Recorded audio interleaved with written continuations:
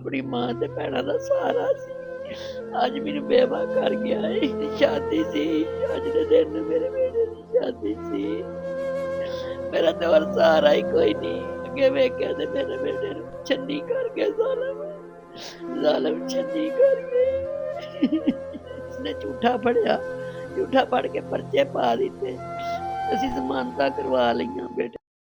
अस्सलाम वालेकुम नाज़रीन, मैं हूं एडी मलिक और मैं इस वक्त मुरीद के उस बदकिस्मत घर में मौजूद हूं जहां ईद के 5वें दिन खुशियां होना थी, जहां ईद के 5वें दिन एक नौजवान ने सेहरा लगाकर अपनी दुल्हन को लेने जाना था, लेकिन जालिमों ने उसे कब्र में पहुंचा दिया। मेरे साथ मकतूल गोहर नवाज की वालिदा मौजूद है, जिनके बेटे को ईद से सिर्फ 2 दिन पहले दिन दिहाड़े गोलियां मारकर कत्ल कर दिया।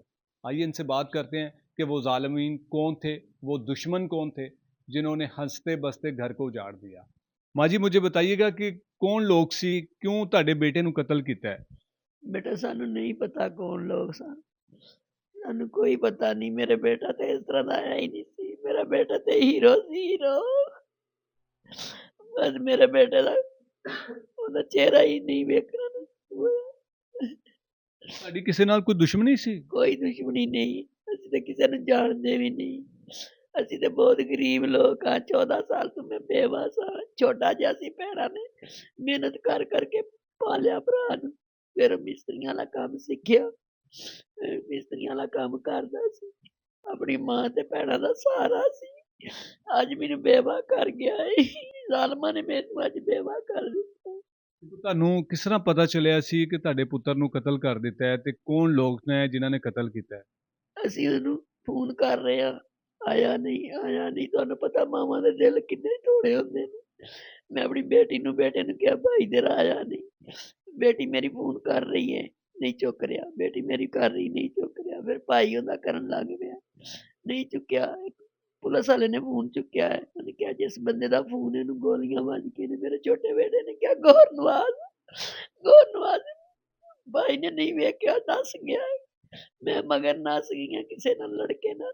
ਅੱਗੇ ਵੇਖਿਆ ਤੇ ਮੇਰੇ ਬੇਟੇ ਨੂੰ ਛੰਨੀ ਕਰ ਗਏ ਜ਼ਾਲਮ ਛੰਨੀ ਕਰ ਗਏ। ਅੱਲਾ ਸੋਹਣਿਆ ਨਾ ਜ਼ਾਲਮਾਂ ਨੂੰ ਮੇਰੇ ਸਾਹਮਣੇ ਲਿਆ।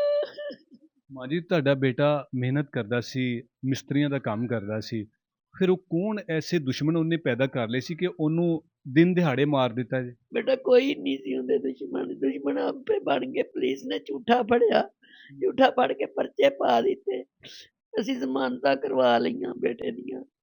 और दोस्त सन, उन्होंने ऐसा वरगलाया सानू अपने घरों पुट के ऐसे गार्डन लै गए कि इत्थे कुछ नहीं हुंदा, इत्थे सिक्योरिटी इत्थे सिक्योरिटी बड़ी है, इत्थे पुलिस भी नहीं अंदर आंदी, इत्थे कोई खतरा नहीं है।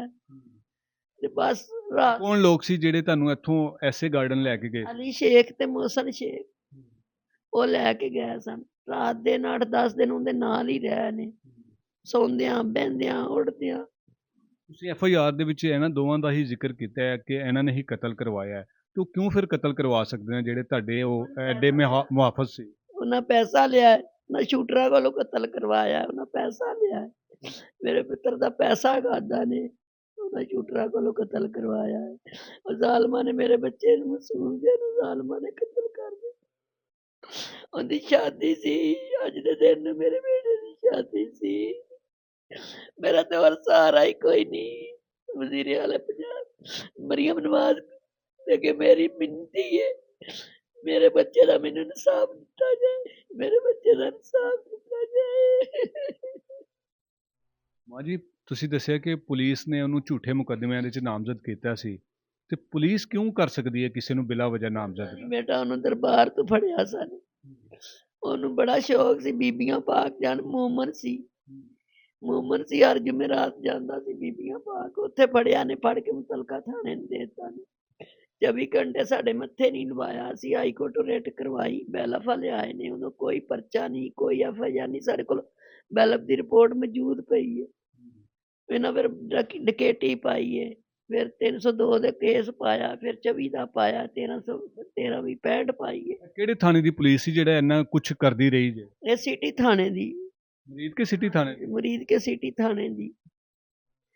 ਫਿਰ ਇਹਨਾਂ ਨੇ ਭੇਜ ਦਿੱਤਾ ਜੇਲੇ, ਫਿਰ ਉੱਥੋਂ ਤਲਬੀ ਤੇ ਲਿਆ ਕੇ ਫਿਰ ਇੱਕ ਕੇਸ 302 ਦਾ ਪਾਤਾ ਹੈ। ਮੇਰੇ ਬੱਚੇ ਦੀ ਉਹ ਵੀ ਜ਼ਮਾਨਤ ਹੋ ਗਈ ਤਤੀਮੇ ਬਿਆਨ ਵਿੱਚ। ਤੁਸੀਂ ਪੁਲਿਸ ਵਾਲਿਆਂ ਨੂੰ ਪੁੱਛਿਆ ਨਹੀਂ ਕਿ ਸਾਡੀ ਕਿਹਦੇ ਨਾਲ ਕੀ ਐਡੀ ਦੁਸ਼ਮਣੀ ਹੈਗੀ ਹੈ ਕਿ ਤੁਸੀਂ ਸਾਡੇ ਨਾਲ ਝੂਠੇ ਪਰਚਿਆਂ ਦੇ ਵਿੱਚ ਨਾਮਜ਼ਦ ਕਰਦੇ ਪਏ ਹੋ? ਬੜਾ ਪੁੱਛਿਆ, ਬੜੇ ਤਰਲੇ ਲਏ ਨੇ, ਸਾਡੀ ਨਹੀਂ ਉਹਨਾਂ ਸੁਣੀ, ਇੱਕ ਵੀ ਨਹੀਂ ਸੁਣੀ, ਇੱਕ ਵੀ ਨਹੀਂ ਸੁਣੀ।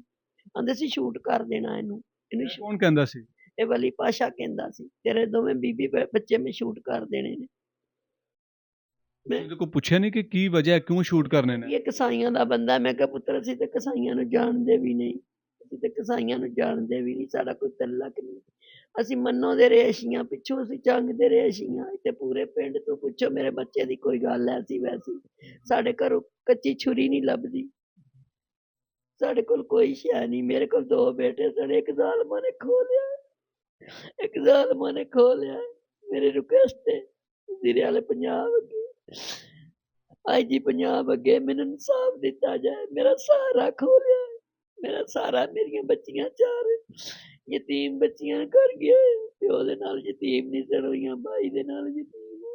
ਮਾਂ ਜੀ, ਹੁਣ ਤੁਹਾਡੇ ਬੇਟੇ ਦੇ ਕਤਲ ਦਾ ਮੁਕੱਦਮਾ ਤੇ ਦਰਜ ਹੋ ਗਿਆ ਹੈ, ਪੁਲਿਸ ਹੁਣ ਕੀ ਕਹਿੰਦੀ ਹੈ ਕਿ ਅਸੀਂ ਅਸਲ ਕਾਤਲ ਵੀ ਫੜ ਲਵਾਂਗੇ ਕਿ ਬਸ ਤਸੱਲੀਆਂ ਦੇ ਰਹੇ ਨੇ? ਤਸੱਲੀਆਂ ਦੇ ਰਹੇ ਨੇ। ਕੋਈ 7 ਦਿਨ ਹੋ ਗਏ ਨੇ ਅੱਜ ਉਹਨੂੰ, 7 ਦਿਨਾਂ ਤੋਂ ਮੁਜਰਮ ਅੰਦਰ ਬੈਠੇ ਨੇ ਹਵਾਲਾਤ ਵਿੱਚ, ਕੋਈ ਐਕਸ਼ਨ ਨਹੀਂ ਲਿਆ ਜਾ ਰਿਹਾ, ਕੋਈ ਉਹਦੀ ਤਫਤੀਸ਼ ਨਹੀਂ ਹੋਣ ਡਈ। ਕੋਈ ਅੱਗੇ ਇਹਨਾਂ ਨੂੰ ਬੜੇ ਅਸੀਂ ਸੁਰਾਖ ਦਿੱਤੇ ਨੇ, ਇਹਨਾਂ ਨੇ ਇਹ ਵੀ ਕੀਤਾ, ਇਹਨਾਂ ਨੇ ਉਹਦੇ ਨਾਲ ਇਹ ਵੀ ਗੱਲ ਕੀਤੀ, ਇਹ ਵੀ ਕੀਤੀ, ਉਹਨਾਂ ਨੇ ਕੋਈ ਉਹਨਾਂ ਦਾ ਐਕਸ਼ਨ ਨਹੀਂ ਲਿਆ। ਯਾਨੀ ਕਿ ਤੁਹਾਨੂੰ ਪੂਰਾ ਯਕੀਨ ਹੈ ਕਿ ਇਹਨਾਂ ਦੋਵਾਂ ਨੇ ਹੀ ਤੁਹਾਡੇ ਬੇਟੇ ਨੂੰ ਕਤਲ ਕਰਵਾਇਆ? ਇਹਨਾਂ ਨੇ ਕਤਲ ਕਰਵਾਇਆ, ਇਹਨਾਂ ਨੇ ਕਤਲ ਕਰਵਾਇਆ, ਇਹਨਾਂ ਨੇ ਕਤਲ ਕਰਵਾਇਆ ਮੇਰੇ ਬੱਚੇ ਨੂੰ, ਇਹਨਾਂ ਨੇ ਕਤਲ ਕਰਵਾਇਆ। ਇਹਨਾਂ ਦੇ ਘਰੋਂ ਭਾਰੀ ਅਸਲਾ ਬਰਾਮਦ ਹੋਇਆ, ਇਹਨਾਂ ਲੋਕਾਂ ਦੇ ਘਰੋਂ ਭਾਰੀ ਅਸਲਾ ਬਰਾਮਦ ਹੋਇਆ। ਉਹ ਅਸਲਾ ਕਿੱਥੋਂ ਆਇਆ ਸੀ ਇਹਨਾਂ ਦੇ ਘਰ? ਅੱਲਾ ਜਾਣੇ ਕਿੱਥੋਂ ਭਾਈ, ਅਸੀਂ ਤਾਂ ਉਹਨਾਂ ਨੂੰ ਜਾਣਦੇ ਵੀ ਨਹੀਂ। ਅਸੀਂ, ਸਾਨੂੰ ਕੀ ਪਤਾ ਅਸਲਾ ਕਿੱਥੋਂ ਆਇਆ ਨੇ, ਅਸੀਂ ਤੇ ਗਰੀਬ ਬੰਦੇ ਆ, ਸਾਡੀ ਤੇ ਹਾਲਤ ਵੇਖ ਲਓ ਅਸੀਂ ਕਿੱਡੇ ਕੁ ਹੈ ਵਾਂ। बिल्कुल नाज़रीन, इसमें कोई शक नहीं है। मैं जिस घर में मौजूद हूँ, अगर मैं इस घर के आपको हालात दिखाऊं तो आप यकीन करने पर मजबूर हो जाएंगे। जो शख्स सिर्फ़ और सिर्फ मज़दूरी करता हो और फिर उसके इतने दुश्मन बन जाएं जो सरेआम उसे कत्ल करवा दे, और वो दुश्मन जिनके साथ कभी उसका उठना बैठना ही ना हो, और इसके पीछे जो सबसे बड़ी वजह है, जो कत्ल की सबसे बड़ी वजह है कि वो नौजवान खूबसूरत था। वो गरीब का बेटा ज़रूर था, लेकिन कुदरती हुस्न था उस पर। इस कुदरती हुस्न के जलसी में इन लोगों ने उसको कब्र में पहुंचा दिया। ये माँ जो 14 साल पहले बेवा हुई थी, आज इसे अपने बेटे से भी महरूम कर दी। हमारे पुलिस अफसरान जो इस तरह झूठे मुकदमात में शरीफ लोगों को नामजद करते हैं, खुदारा शर्म करें।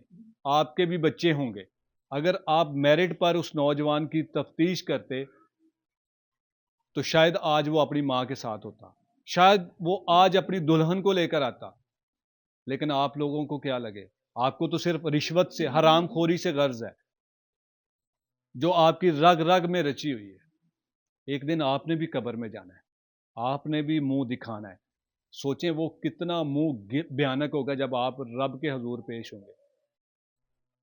उम्मीद करता हूं कि इस माँ को जरूर इंसाफ मिलेगा। इजाजत दीजिए, अल्लाह निगहबान।